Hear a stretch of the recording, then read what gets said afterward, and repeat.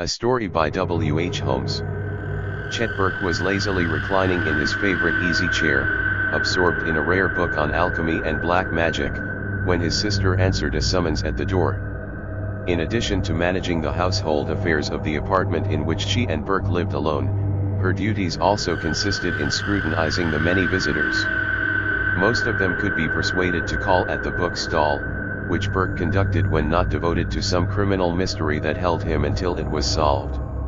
Others, whose cases were urgent, were admitted to the apartment, thus infringing on Burke's only recreation, reading and study. The visitors were Chief Rhine, a friend of Burke's, of the Rhine Detective Agency, and a stranger. Burke laid aside his book and greeted the callers with a friendly nod. Rhine, a portly, flushed man, settled his sturdy body into a convenient chair. The stranger, an intelligent-looking man, appeared ill at ease. He stood self-consciously beside Rhine, absently running the brim of his soft hat through browned, muscular-looking fingers. "Burke," grunted Rhine heavily, "meet Mr. Hayden. He is bothered about a very mysterious affair. It has worked on his nerves until he has decided to consult an expert. It's beyond me, so I brought him around to you." Rhine sighed with relief, and eased back in his chair. Hayden stuck out a rough, calloused hand to Burke. His bronzed face flushed slightly at Rhine's statement. "I am more concerned," he said, in a surprisingly agreeable voice, "about how you will receive what I have to relate. I can hardly believe yet that the things exist, although I have seen them 3 nights in succession." He shook his head in doubt, and sat down mechanically in the chair that Burke drew up. While Hayden was gathering his thoughts, Burke quietly sized him up. Hayden appeared to be a man of about 45. His face was deeply tanned, and his appearance suggested many hours spent out of doors. Burke noted at once his trait of eyeing one direct from warm brown eyes. He was garbed quietly, and evidently in his best. His dark suit was set off by square-toed shoes, above which glared white socks. A low, soft, white collar, with a black string tie, completed his obviously habitual concession to dress. On the whole, Hayden struck the detective as a wholesome type of the practical mechanic. "Now, Mr. Hayden," said Burke musingly, his eyes half closed and vacant. "State your case fully. We will try not to interrupt you." The detective lounged down in his chair, his heavy lips slightly drooping, and his long legs crossed indolently in front of him. His eyes had their customary vague stare through the tortoise-shell glasses that veiled them. Hayden drew a long breath, then exhaled it in a long sigh. With a brisk straightening of his shoulders he said, "I am a carpenter. Until recently, or, to be exact, until 4 days ago, I lived in New Orleans. I am a bachelor, and it doesn't make much difference to me where I live, so long as I can find work at my trade. Therefore I came up here, to Sunken Mine, in the highlands of the Hudson, to live with a widowed sister and her daughter." He paused, and his eyes grew reflective. For a moment he was evidently measuring his words. With a quick intake of his breath, he resumed. "My sister lives in an aged, pre-revolutionary house, deep in the mountains. It is a lonely place, and a secluded dwelling. At one time it was probably a restful-appearing country farmhouse. Today it is a weathered frame building, set in a grove of dead and whitened chestnut trees. The house is a 1-story attic affair, with rough stone fireplaces at the side, and a long sloping roof that pitches low at the rear. Owing to its age and the condition of the place, it is a dreary spot for one used to the city. My sister affects ancient, antique furnishings, which does not lessen the impression of living in the past. As soon as I crossed the doorsill I was affected by this vague, misty remembrance of being there before. It may strike you as strange that my sister picked out a place of this type to spend the remainder of her days. But she had, to her and her daughter, good reasons. Both she and my niece are earnest spiritualists. Both receive messages, and are, in truth, sincere mediums. For some reason, My sister claims that the atmosphere of the old dwelling helps them to materialize those that have gone before. I myself have considerable faith in those things, although I treat it in a practical manner. I only believe what I actually see. What I am about to relate, I have both seen and felt. Hayden paused for an instant to stare earnestly at Burke. The detective nodded to him to continue. I have read deeply, went on Hayden, and in my spare time I could be called a bookworm. I work at my trade, but live much in the past, especially in books. For this reason, I could be sympathetic to my sister's idea of living close to her life's hobby, or her mission, as she calls it. There is one more reason why my sister purchased the place, 6 weeks ago. It was the original settling place of the family, before the revolution. As the result of a family tragedy, some 100 years or more ago, the place passed into other hands. Few new buildings are constructed in that sparsely settled, unfertile section, and most of the houses have stood for generations. Consequently, the old Hayden house was never disturbed. At the time it came back into the family it was vacant and for sale. They had been living there about 2 months when I came there to live with them. The room I occupied Sunday night is on the second floor. It is a semi-attic room, lit by one window. Before I came, the room was occupied by my niece. On my arrival it was arranged for me, and the girl and her mother occupied a bedroom downstairs. It was around 11:30 Sunday night when I went to bed, and was soon asleep. I awoke with the feeling that something was stifling me. It was as if I had a heavy cold and found difficulty in breathing. This peculiar sensation of suffocation finally caused me to rouse into complete wakefulness. The strange smothering seemed to ease as I got more fully awake. Unable to fall asleep again, I lay looking out of the window at the stars. The bed is at the end of the room, and the window was in direct sight. The house was intensely still. I noticed this in particular, as I remarked. The absence of the city noises I had been used to. I can't recollect that there was so much as an insect stirring. My own breathing, as in imagination I still struggled for breath, was the only sound. It appeared to fill the room with a hoarse, rasping murmur. I likened myself to a dying man, gasping his last breath. This fancy, to one of my usual practical trend, was perplexing to myself. Still, in the few moments before the things appeared, my thoughts apparently dwelt on uncanny ideas. At the same time I was conscious of a queer tingling of my body. As I lay staring at the faint light of the sky, I slowly became conscious of a singular illusion, or, as I am at times led to believe, a startling visitation. The dark shadows of the room appeared to be dancing rapidly before my eyes.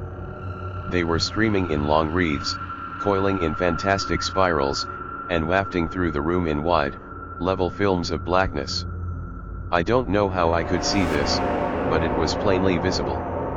Yet the room, except for the faint light that came from the clear, moonless sky, was in fairly deep darkness. It seemed that the moving shadows that formed before my eyes were only discernible because of their greater density. I can only liken this uncanny movement of the shadows to swaying and floating clouds of tobacco smoke, when one is smoking slowly and freely. For some moments I watched the movements of the shadows. Then I observed that they were forming in a more stable order. They were now lying in long, round coils of blackness, horizontally across the room, and twisting rapidly. For several moments they lay motionless, except for their rapid turning, then, as if stirred by a firm direct breeze, they undulated toward the head of the stairs. This drift brought several horizontal layers into contact. At the moment of their touching, the shadows seemed to weave into huge rolls, which streamed from sight rapidly down the stairs. The room now appeared to grow lighter, and the air clearer. Also, all sensation of smothering had left me. I lay there quietly after the disappearance of the shadows, pondering over the strange affair. So far, I was fairly calm, except for the wonderment of the thing. The return of the shadows was cause of my fears and suspense as to the final outcome. My eyes were gazing absently out of the window, as I had not turned my eyes from the stairs after the black rolls had streamed down them. Slowly, so slowly that it scarcely seemed to move, I saw a black, human-like form rise above the sill of the window. I could just see the top of it as it mounted the stairs. I watched it with a keen realization that it had something to do with the shadows. Very slowly, almost imperceptibly, the round, head-like shape continued to rise. I could now see it plainly, outlined against the lighter sky. The shape now rose to its full height. It had the form of a shapeless human figure. That is, I could distinguish the smaller head shadow above, and what would answer for a body, if one were at all imaginative. The thing passed beyond the window and drifted into the darkness at the end of the room. Yet, I could still make out its vague form by its greater blackness. My eyes went back to the window. Another figure was slowly blocking the cheerful light of the sky. Again a black form emerged to its full height. It joined the first. I am not a coward. I lay quiet, wondering what the thing presaged. The two figures advanced to the center of the room. They were now fairly discernible. One of them walked to an old-fashioned dresser at one side of the room, stood there a moment, then joined the other figure. With this, both shapes turned and passed down the stairs. As they were disappearing, I called. The forms were so clear, and I was by this time so far from sleep, that my mind hit on a logical reason to explain the thing. It was evidently my sister and my niece. They had wanted something from the dresser, and, not wishing to disturb me, had come up quietly, got what they wanted, and then returned to their room. Getting no answer to my call, I sprang out of bed to convince myself of the truth of my belief. I went downstairs, and to their room. Both were in bed and fast asleep. I awoke them. Neither one had been up since retiring. I did not tell them of the black forms, but made some excuse for awakening them. The remainder of the night I spent in the kitchen, sleeping in a large rocking chair. Hayden paused and stared at Burke. "Go on," said Burke shortly. "This would not have brought you to me." Hayden shook his head. "No," he said, "it was what came after. This same night, as I arose from the bed, following the disappearance of the two forms down the stairway, I had reached the center of the room when I became conscious of standing in something that was wet to my feet. I was barefooted, and when I looked at my feet I found them soiled with blood. Naturally I thought that I had cut myself, but a close examination revealed no cut or bruise of any sort. I lit a lamp and went back upstairs.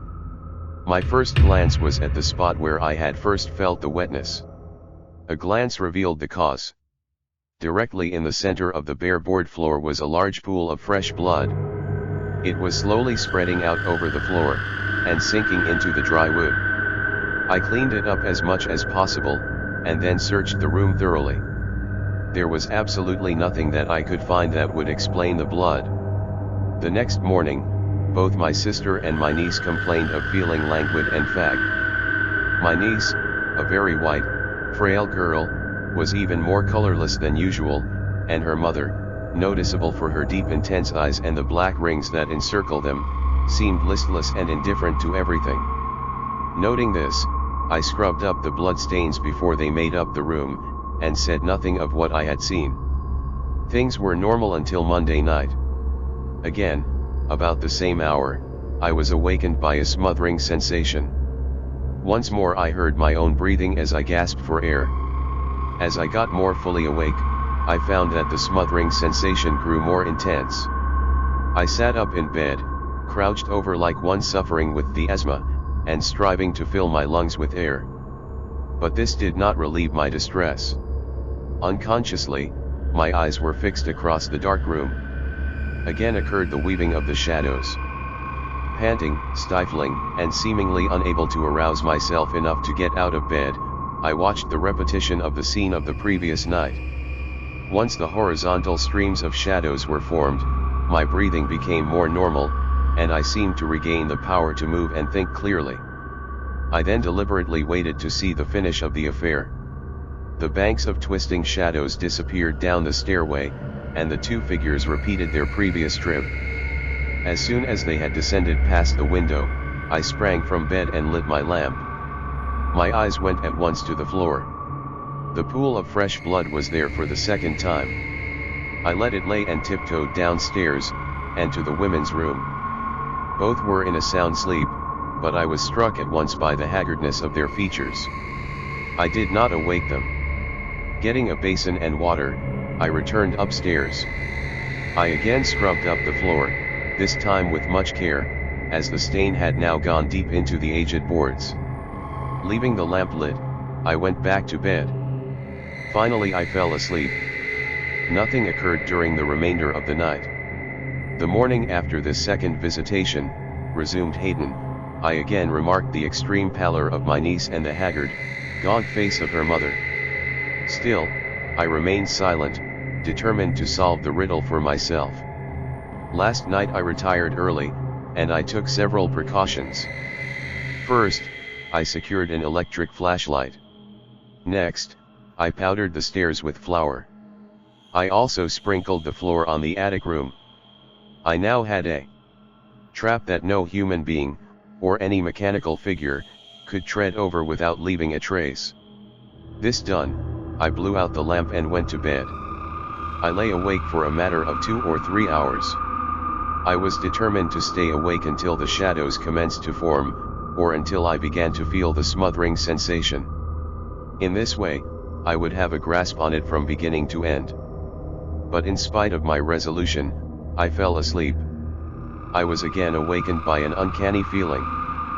Firm hands, or, rather, some peculiar force, seemed to hold my arms down on the bed. I sought to draw up my legs in order to slip out of bed, but found them held by an unyielding power. Finally, I discovered that I was unable to move any part of my body.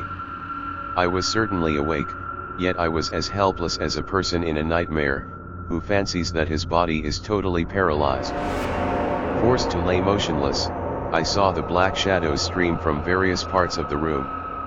This time they formed over my bed.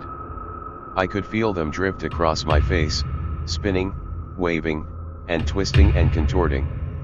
It was an unearthly feeling, lying there helpless to avert anything that might happen. There is nothing I can describe that would be similar to the feeling of those black forms, ceaselessly in motion. It might be likened to some invisible force that presses on one, or to a heavy fog that a person seems to feel in a material manner, with a strong impression of its dampness and chill. This helplessness and the weaving of the shadows went on for perhaps 5 minutes. Then, as the twisting rolls started to stream down the stairs, I could feel my body regaining its power. With the disappearance of the materializing forms, I became physically and mentally myself again. I then got the electric torch in my hand, ready to flash it at the proper moment. The figures rose above the stair, and I directed the bulb of the light toward them. I waited until they advanced to the center of the room, then I threw on the light. Hayden wiped his mouth with a trembling hand. His lips were dry, and his face flushed. Then, with a slight shudder, he went on. At the instant of the flash, the darkness of the figures was gone. Instead, I saw two faces. They were inhuman, horrible, and impossible to describe.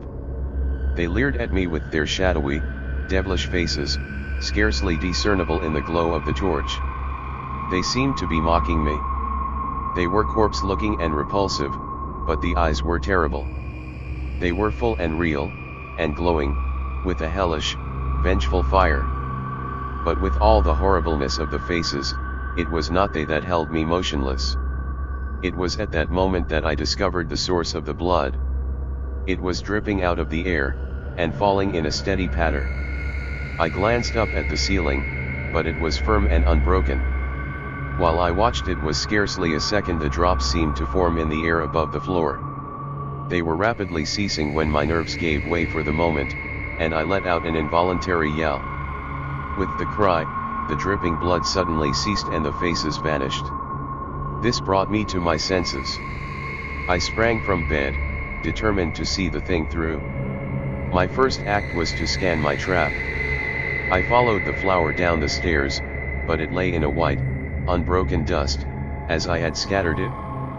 That night, also, I looked in on the women. Both were sound asleep, but I was deeply shocked by their distorted faces. Shaken both mentally and bodily, I once more spent the rest of the night in the kitchen rocker. And now I want someone to go up there with me, examine the house, and spend the night in the room. I am troubled, nervous, and frightened, both for myself and for those with whom I live. I will go there with you, replied Burke evenly, and I think the two of us should accomplish something. We can probably handle two shadowy forms. Hayden smiled dolefully. They handled me last night, he said ruefully. I'm a pretty strong man, but something held me as helpless as a baby. Burke alighted at a lonely way station, standing on a strip of land between a wide marsh and the Hudson. The marsh ran to the foot of the mountains, and lay sere and rippling in the September breeze. Hayden had stated that the dwelling stood back in the hills, a distance of some 5 miles. On Burke's suggestion, they started to walk. Burke wanted to study the country, and, incidentally, study his companion. The country he found to be sparsely settled. The road wound up through forest-clad rocky hills. The dwelling stood beside a wide stretch of woods, with cleared fields to the north. Burke scanned the dwelling as he approached it, and found it to be the usual type of farmhouse of a century ago, buried among dead trees. The interior of the house was in keeping with the exterior. Oval frames held old prints, horsehair upholstered, massive dark furniture contrasted with tables and stands covered with white marble tops. The chairs squatted grimly in the quiet rooms and rested on dull rag carpets. The woman and her daughter struck Burke like beings transported from the misty past. The mother was a tall, sparse woman, with heavy black rings about the eyes. The eyes, black and dreamy, held Burke with a steady, unwinking stare. The daughter was the opposite of her dark, sallow mother. She seemed a lifeless, colorless sprite, seemingly alive by the power and vigor of her more intense mother. She was about 20 years of age, although her chalky face, and thin, bloodless hands, together with her slight frame and indolent movements, seemed to signify an elder age, or some wasting disease.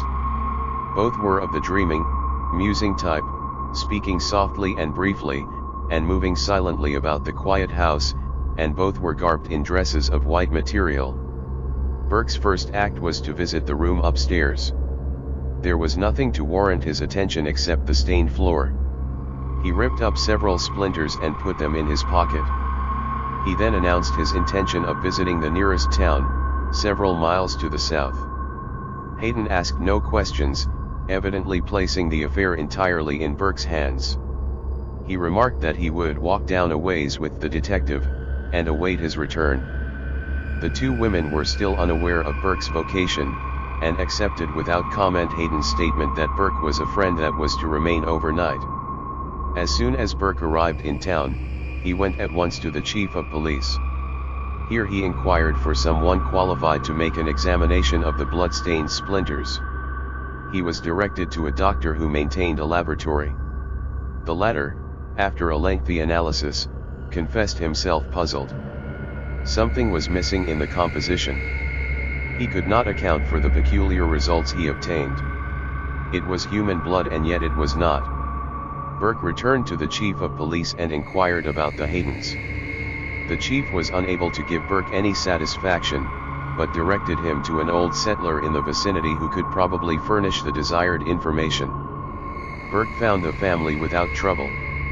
They were willing to talk, but they knew very little about the Haydens, though a good deal about the house. Over 100 years before, they said, a widow and her niece had lived in the then new dwelling. The place, a flourishing farm, which had since been cut up and sold off, was managed by the woman's step-brother. The family were more or less secluded, and seldom seen. In the course of weeks it was noticed that no one had seen the two women. The brother was at the house alone, and refused to talk. This led to an investigation. No trace of the women was found. The brother was never brought to trial, continued to live on the place until he died of old age, and had prospered. His heirs had taken over the place, and it had been gradually dissipated, until only the house and an acre or so of land remained. Burke listened politely, then, thanking the old couple, returned to the Hayden house. Hayden was awaiting him. That evening, Burke sat beside the open fireplace, listening to the low, earnest conversation of the others. The woman and her daughter he observed closely. They seemed to be possessed of some restless emotion that caused them to wander aimlessly around. On the contrary, Hayden appeared to be sluggish and incapable of extended speech. This struck Burke as queer, as he had remarked the vivid description Hayden had given of the attic room. At 10 o'clock the women announced their intention of retiring. Bidding the two men good night, they withdrew to their rooms. Burke and Hayden, the latter almost stupid and listless in his movements, went up the narrow stairs to the room above. Both lay on the bed fully robed. Burke saw Hayden take a revolver from his pocket and shove it under his pillow. "What shall we do?" asked Hayden heavily, seemingly unconscious of anything around him and staring vacantly at the ceiling. "Well," replied Burke quietly, "first, we will blow out the lamp." He got out of bed and put out the light. Returning, he crawled on the further side of Hayden, leaving Hayden on the outside. Burke had no desire to be on the firing side of the revolver in the event that Hayden should start shooting. The detective lay for an hour, pondering over the strange case. Finally he spoke to Hayden. The latter did not reply. He was apparently fast asleep. Yet, as Burke listened closely, he could discern no signs of the latter's breathing. Burke now experienced a singular emotion aroused by the intense silence of the room. The longer he lay the more impressive it became. Downstairs he heard the low chime of a clock. It struck 11. The minutes lagged along in the forbidding silence. The clock chimed the half hour. 15 more minutes passed. Hayden, breathing heavily now, commenced to move. Burke half arose on his elbow and listened. Hayden was muttering in his sleep. Burke eyed the dark shadows of the room with keen eyes. Nothing met his gaze. He glanced to the window. Nothing there. Hayden was suffering tortures in his struggle for breath. The detective was on the point of shaking him, when, with a heavy, prolonged gasp, Hayden sat up. Burke sensed the horror of the man, yet he remained motionless. His eyes were fixed on the dark, silent room, wandering frequently to the window. Nothing unusual was to be seen, and he watched the vague form of his bedmate. The latter was now rigid, struggling with the weight that oppressed his lungs, and apparently staring off into the room. Then, to Burke's amazement, Hayden started to breathe normally. "Burke," he whispered hoarsely, "did you see it? Did you see them pass down the stairs?" Grunted Burke sleepily. "My God," muttered Hayden, "you were to watch, and you fall asleep. They have gone down the stairs. They'll come back again in 4 or 5 minutes. Watch." Burke made no reply. He, with his wide-awake companion, was staring intently at the window. Suddenly he felt Hayden stiffen. "The head is just coming up the stairs," whispered Hayden. Burke felt the movement of Hayden's arm as it slid under the pillow. Then came the blinding flash of the revolver and its roar. Twice Hayden pulled the trigger. By that time Burke had flashed on his electric torch. The room was empty. Burke glanced at the floor. No blood was visible. Hayden was panting and rocking back and forth. "I feel awful queer," he groaned. "Something is dragging me." Mechanically he arose from the bed and stumbled onto the floor. "It tells me to kill, he mumbled. "Kill with my revolver. Kill, who shall I kill?" Burke silently followed the plodding form of the other. With measured steps Hayden stalked to the stairs and passed down, with Burke close behind. Hayden led the way directly to the room of his sister and niece. Without hesitating, his fingers grasping a loaded billy, Burke trailed close and waited for the moment when he should be needed. Hayden appeared unconscious of the light furnished by Burke's torch, nor did he once turn on the short journey. Reaching the side of the bed in which the women were sleeping, he paused, and stared rigidly down. Burke joined him. His light was now on the two women. He was struck by the horrible contortions of the faces, seemingly drawn in agony. With a sudden premonition, he bent down and felt the motionless forms. The girl's hand was limp and lifeless. He felt the pulse of the older woman. Both were dead. The detective turned to Hayden. He was staring down, dry-eyed. "I see," he said stupidly, "both dead." "Kill? Kill? Who was I to kill?" "Not them. They're dead. Something still tells me to kill." He sank into a chair and buried his face in his hands. Burke lit a lamp that stood on a heavy dresser and put out the torch. He stood looking down at the two women. He then noted that the room was growing shadowy. He glanced at the lamp. It was full of oil and the wick seemed to be burning freely, yet the light continued to lower. Burke again glanced at the two women. Slowly, almost invisibly, he fancied that the agonized features were changing to the repose of death. Hayden arose and came to the detective's side. He was muttering and softly moaning. Burke watched him. Hayden, with a sudden start, looked across the room. "They're coming back," he mumbled, weaving and twisting. His eyes moved slowly from the opposite side of the room as if he were following some moving object. They came to rest on the women's faces. Streaming down their mouths, he muttered. "They're sucking in the twisting rolls. They're coming to life." Burke glanced at the women. In the dim light he could have sworn that he saw traces of returning life. At that moment there came a crashing report at his side and a blinding flash. With that, the light flared up bright, and the dead faces were revealed. Burke whirled around. Hayden was sinking to the floor, a bullet hole in his head, from which the blood was slowly starting to emerge. Burke sank beside the man and lifted his head. Slowly the heavy form relaxed. Hayden opened his eyes to stare with bewilderment at the detective.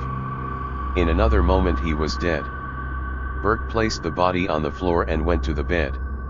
Once again he endeavored to find a trace of pulse in the still forms. Both were lifeless. He fancied that both dead faces bore a peaceful look, and on the elder woman's slightly opened lips there seemed to hover an exultant smile. Closing the room, Burke got his coat and belongings, then locked up the house. Some hours later he was sitting with the chief of police, relating the tragedy. The chief drove with Burke to the sheriff of the county, and together they went to the house.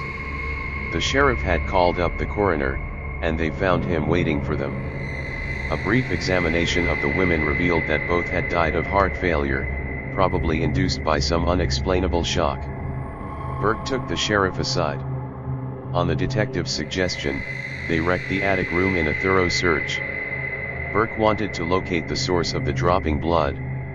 At the conclusion of their quest the mystery was finished, for Burke.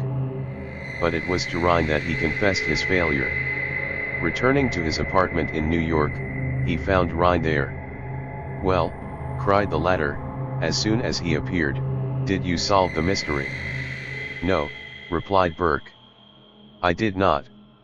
Rhine's eyes opened. "Well, what did you find?" "Over the attic room," said Burke musingly, "we found a small, crypt-like space between the ceiling of the attic room and the roof of the house. It was encased in plaster. As we broke through the ceiling, a mass of human bones came tumbling down. The coroner pronounced them the skeletons of a woman and a girl. Both had been dead for generations. Through the shoulder blade of the girl's skeleton was a jagged hole. When the bones fell, the elder woman's skull rolled to my feet. I picked it up. Something rattled inside and I worked it out through the eye socket. It was a slug of lead. Both the woman and the girl had been murdered.